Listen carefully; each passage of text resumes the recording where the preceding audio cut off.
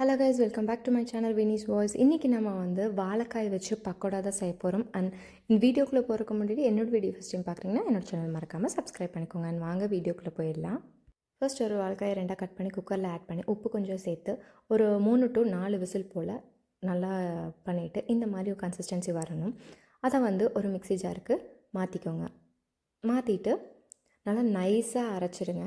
எந்த ஒரு கட்டிகளும் இல்லாமல் அரைச்சிக்கோங்க. அதுக்கப்புறம் ஒரு பேனில் தேங்காய் ஆட் பண்ணிக்கோங்க. தேங்காய் காஞ்சனையும் 2 பெரிய வெங்காயம் கட் பண்ணினதை உள்ளே ஆட் பண்ணிக்கோங்க. அந்த வெங்காயம் நல்லா வதங்கி வர டைமில் இஞ்சி பூண்டு பேஸ்ட் வந்து நான் தட்டி ஆட் பண்ணியிருக்கேன்.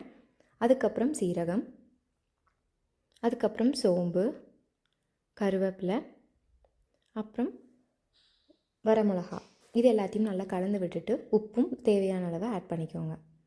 எல்லாம் கலந்து விட்டுக்கோங்க. அதுக்கப்புறம் அரை மூடி தேங்காய் துருவல் ஆட் பண்ணிக்கோங்க. அதுக்கப்புறம் அரை கப் பொட்டுக்கடலை, இது எல்லாத்தையும் நல்லா இந்த மாதிரி வணக்கி விட்டுட்டு கொஞ்சமாக மஞ்சள்தூள் கூட நீங்கள் ஆட் பண்ணிக்கலாம்.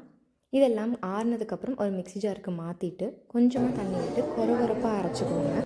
அதை வந்து வாழைக்காய் பேஸ்ட் இருக்கு இல்லையா, அதில் வந்து ஆட் பண்ணிக்கோங்க. அது கூட அரிசி மாவு, கார்ன்ஃப்ளவர் மாவு, இது எல்லாத்தையும் சேர்த்து நல்லா வந்து கலந்து விட்டுக்கோங்க. உங்களுக்கு வேணும்னா அந்த ஆனியன் இதை வந்து கொஞ்சம் கொஞ்சமாக கூட நீங்கள் ஆட் பண்ணி கலந்து விட்டுக்கலாம். இந்த மாதிரி கலந்து விட்டதுக்கப்புறம் எண்ணெய் ஊற்றி எண்ணெய் காஞ்சதுக்கப்புறம் இந்த மாதிரி பக்கோடா மாதிரி போட்டு ஒரு 2 to 3 minutes போல் விட்டதுக்கப்புறம் இந்த மாதிரி கலர் வர வரைக்கும் வெயிட் பண்ணி எடுத்துட்டிங்கன்னா சூப்பர் அண்ட் டேஸ்டியான வாழைக்காய் பக்கோடா வந்து ரெடி ஆகிடும். அண்ட் இது கூட நீங்கள் வந்து பச்சை பெரிய வெங்காயம் சேர்த்து சாப்பிட்டிங்கன்னா சூப்பர் டேஸ்டியாக இருக்குங்க. அண்ட் நீங்களும் இந்த மாதிரி ரெசிபியை ட்ரை பண்ணி பார்த்து எப்படி இருந்துச்சுன்னு சொல்லி கமெண்ட் பண்ணுங்கள். அண்ட் இந்த மாதிரி மோர் வீடியோஸ்க்கு என்னோடய சேனலை மறக்காமல் சப்ஸ்கிரைப் பண்ணிக்கோங்க. அண்ட் பக்கத்தில் இருக்க பெல் ஐக்கானை ப்ரெஸ் பண்ணால் தான் நான் போடுற ஒவ்வொரு வீடியோஸோட நோட்டிஃபிகேஷன்ஸ் உங்களுக்கு